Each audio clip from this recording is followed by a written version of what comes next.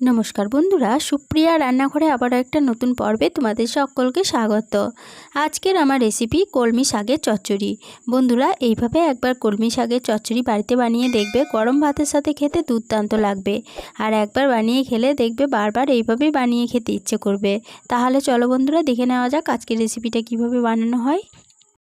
কলমি শাকের চচ্চড়ি বানানোর জন্য এখানে আমি 250 গ্রাম কলমি শাক নিয়েছি আর শাকটাকে খুব ভালোভাবে বেছে নিয়েছি। এবার এই কলমি শাকগুলোকে কেটে নেব। সমস্ত কলমি শাকগুলোকে কেটে নিয়েছি আর কেটে নেওয়ার পরে জল দিয়ে খুব ভালোভাবে ধুয়ে নিয়েছি। কলমি শাকগুলোকে এভাবে একটু বড় বড় করে কেটেছি, খুব একদম ছোট করে কলমি শাকগুলো কিন্তু কাটিনি। শাকটা একটা সাইডে সরিয়ে রাখলাম। এদিকে গ্যাসের ওভেনে একটা কড়াই বসিয়ে গ্যাসটা অন করে কড়াইয়ের মধ্যে দিয়ে দিলাম 4 চা চামচ সরষের তেল।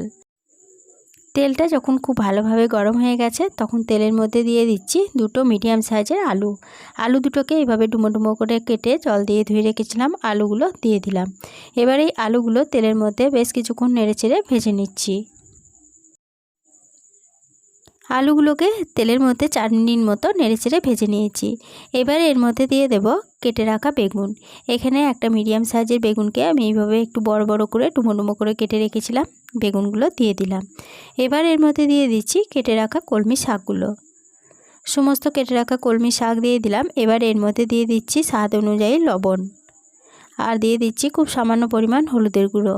এবার এই লবণ ও হলুদ গুঁড়ো দিয়ে সমস্ত উপকরণ খুব ভালোভাবে নেড়েচেড়ে ভেজে নেব।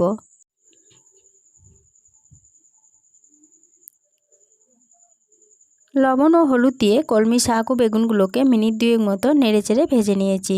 শাকটা বেশ নরম হয়ে গেছে আর শাক থেকে জল বেরোতেও শুরু করে দিয়েছে। এবার এই শাকের মধ্যে আবারও হাফ কাপ পরিমাণ জল আমি দিয়ে দিচ্ছি।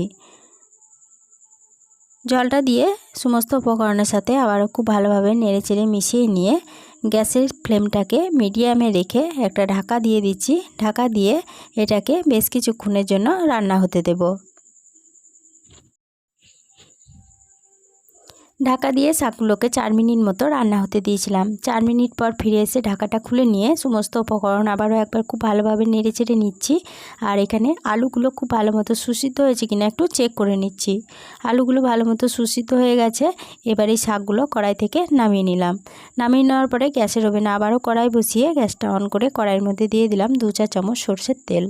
এখানে আমি 7-8টা মতো বড়ি নিয়েছি। এই বড়িগুলো এবার তেলের মধ্যে ভেজে নেব। এই বড়িটা আমার ঘরে দেওয়া বড়িগুলো আমি বেশ কিছুক্ষণ নেড়েচেড়ে তেলের মধ্যে লাল লাল করে ভেজে নিয়েছি। এবার এই বড়িগুলো তেল থেকে তুলে নিচ্ছি।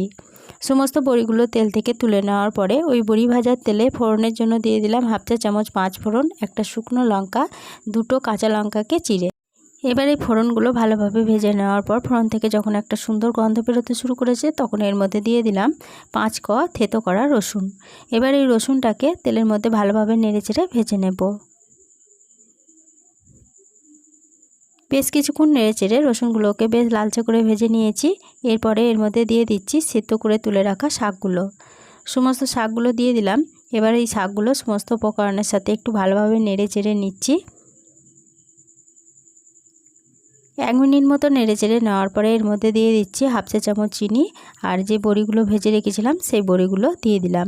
এবার এই বড়ি ও চিনিটাকে দিয়ে আবারও বেশ কিছুক্ষণ নেড়েচেড়ে শাকটাকে রান্না করে নিচ্ছি।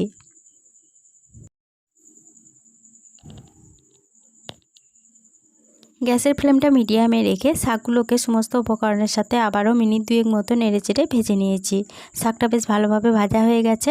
এবার গ্যাসের ফ্লেমটা বন্ধ করে দিলাম। বন্ধ করে দেওয়ার পরে কলমি শাকের চচ্চড়ি কড়াই থেকে নামিয়ে নিয়েছি। গরম ভাতের সাথে পরিবেশনের জন্য কলমি শাকের রেসিপিটা আজকে আমার একদম রেডি হয়ে গেছে। আজকে রেসিপিটা দেখে ভালো লাগলে ছোট্ট একটা লাইক দিয়ে এরকম নতুন নতুন রেসিপি পেতে প্লিজ আমার চ্যানেলটা সাবস্ক্রাইব করে আমার পাশে থেকো। বন্ধু বান্ধব সকলের সাথে শেয়ার করে দিতে ভুলো না প্লিজ। আজকে রেসিপিটা কীরকম লাগলো কমেন্ট করে জানাতে ভুলো না। আজকে এই পর্যন্তই ছিল। ফিরে আসবো আবার নতুন কোনো রেসিপি নিয়ে।